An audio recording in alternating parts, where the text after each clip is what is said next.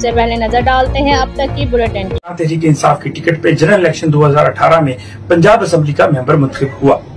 मैं आज गुरु नानक देव जी के जन्म स्थान ननकाना साहब में माथा टेक कर लाहौर के लिए रवाना हूँगा और कल इंशाल्लाह 22 जुलाई 2022 बरोज जुम्मा अपने लीडर इमरान खान के हुक्म पर चौधरी परवेज इलाही को वोट देकर वज़ीर आला पंजाब मुंतखब करूंगा। मैं आज गुरुद्वारा साहब में ये अरदास और दुआ करके निकल रहा हूँ कि मेरा रब इमरान खान साहब को और चौधरी परवेज इलाही साहब को पाकिस्तान की हकीकी आजादी में कामयाब करे।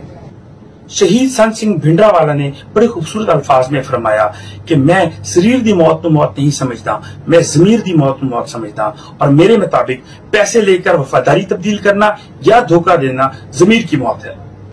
और मेरी ज़मीर की कीमत 50 करोड़ या 50 अरब रुपए नहीं, मेरी ज़मीर की कीमत मोहब्बत, इज्जत और मुल्क से वफादारी है जो मुझे इमरान खान साहब से मिली।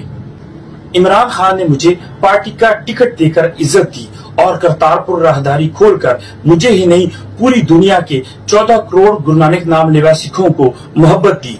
मैंने जिंदगी की सबसे ज्यादा मुश्किलात अपनी ही हुकूमत के 3.5 साल दौर में देखी, जब साबका वजीर इजाज मसीह ने अपने इख्तियारात और ताकत का गलत इस्तेमाल करते हुए मेरी सियासी और जाती जिंदगी में मुश्किलात पैदा की और परेशानियों के अंबार खड़े किए, लेकिन मेरे रब ने मुझे हिम्मत दी, मैं डटा रहा और इससे अपने ज़मीर का सौदा करते हुए इमरान खान, पीटीआई और मुल्क से गद्दारी करते हुए पूरी अक़लीती कौम को शर्मिंदा और रसवा किया। लेकिन मैं अपनी मसीही, हिंदू, सिख बरादरी का और पूरी अक़लीती बरादरी का फख्र बनना चाहता हूँ। इसलिए हकीकी आजादी के लिए, पाकिस्तान के लिए वोट इमरान खान दा, चौधरी परवेज इलाही दा।